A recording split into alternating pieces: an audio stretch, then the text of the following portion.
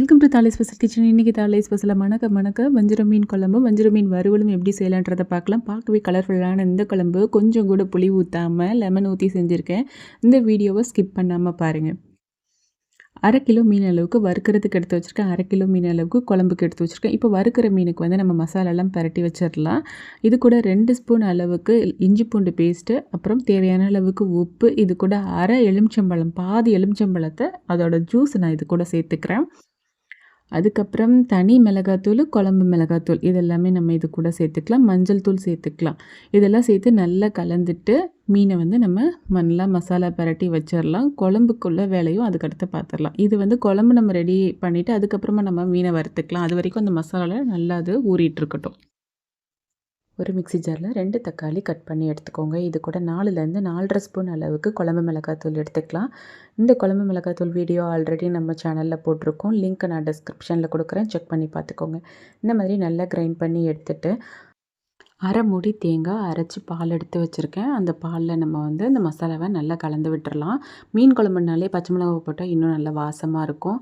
இது கூட 2 பச்சை மிளகாய் நம்ம கீரி சேர்த்துக்கலாம். 1 ஸ்பூன் அளவுக்கு மஞ்சத்தூள் சேர்த்துக்கலாம். இது கூட இப்போவே நம்ம உப்பும் சேர்த்துடலாம். உப்பு நல்லா சேர்த்து கலந்து விட்டுட்டு செக் பண்ணி பார்த்துக்கோங்க. குழம்புக்கான மசாலா ரொம்பவே சூப்பராக ரெடி ஆகிடுச்சு. இப்போ ஸ்டவ் ஆன் பண்ணிவிட்டு கடாய் வச்சிடலாம். கடாய் நல்லா காஞ்சதும் எண்ணெய் சேர்த்துக்கலாம்.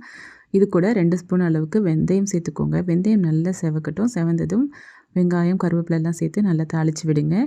இது கூட கொஞ்சமாக ஒரு 1/4 ஸ்பூன் அளவுக்கு தனி மிளகாத்தூள் சேர்த்துக்கிறேன். அப்போ வந்து குழம்பு வந்து நல்லா கலர்ஃபுல்லாக இருக்கும். இப்போ நம்ம கலந்து வச்சுருந்த மசாலாவை இது கூட சேர்த்துட்டு இது கூட மீனையும் சேர்த்துடலாம். வஞ்சிர மீன் வந்து தேங்காய் பால் ஊற்றி தான் எங்கள் வீட்டில் செய்வாங்க எங்கள் அம்மாலாம். ஏன் அப்படின்னா மீன் வந்து அப்போ தான் சாஃப்டாக இருக்குன்னு சொல்லுவாங்க. புளி ஊற்றினா கொஞ்சம் விரைச்ச மாதிரி ஆகிடும் அப்படின்னு சொல்லிட்டு தேங்காய் பால் ஊற்றி தான் செய்வாங்க. ரொம்பவே சூப்பராக இருக்கும். கண்டிப்பாக நீங்களும் வந்து ட்ரை பண்ணி பாருங்கள். வஞ்சிர மீனாலே சாஃப்டாக இருக்கணுன்றதுக்காக தான் வந்து தேங்காய் பால் ஊற்றி செய்கிறது. நீங்களும் வஞ்சிர மீன் வாங்கும்போது இதே ஸ்டைலில் ட்ரை பண்ணி பாருங்கள். ரிச்சான டேஸ்ட்டில் குழம்பு ரொம்பவே டேஸ்ட்டாக இருக்கும். குழந்தைங்களும் ரொம்பவே விரும்பி சாப்பிடுவாங்க. இப்போ மீன் வறுத்தரலாம்.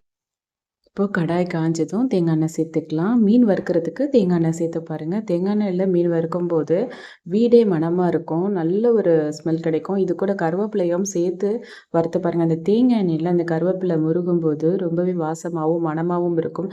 நம்ம எப்போவுமே மீன் வறுக்கும்போது வர கவுச்சி ஸ்மெல் கூட தேங்காய் எண்ணெயில் இந்த கருவேப்பிலை சேர்த்து வறுக்கும்போது வரவே வராது. 10 வீட்டுக்கு மணக்கும்னா பார்த்துக்கோங்க. இப்போ மீன் குழம்புக்கு நான் லெமன் சேர்த்துக்கிறேன். மீன் குழம்பு நல்லா கொதிச்சிருச்சு. மசாலா வடைலாம் போயிட்டு குழம்பு வாசனை வந்துருச்சு. இந்த ஸ்டேஜில் 3 லெமன், 1/2 கிலோ மீனுக்கு 3 லெமன் சேர்த்துக்கோங்க.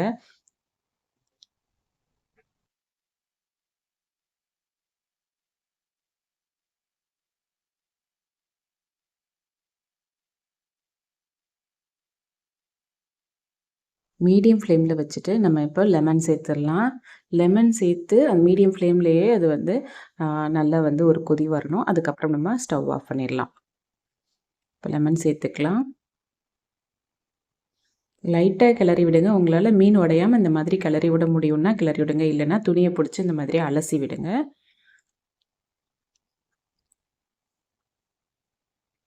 இப்போ நம்மளோட மீன் குழம்பும் மீன் வறுவலும் ரொம்பவே சூப்பராக ரெடி ஆயிடுச்சு. இந்த மாதிரி ஒரு மீன் குழம்பு மீன் வறுவலும் நீங்களும் உங்கள் வீட்டில் ட்ரை பண்ணி பாருங்கள். இந்த வீடியோ உங்கள் எல்லாருக்குமே ரொம்பவே பிடிக்கும்னு நினைக்கிறேன். பிடிச்சிருந்ததுன்னா லைக் பண்ணுங்கள், ஷேர் பண்ணுங்கள், மறக்காமல் சப்ஸ்கிரைப் பண்ணுங்கள்.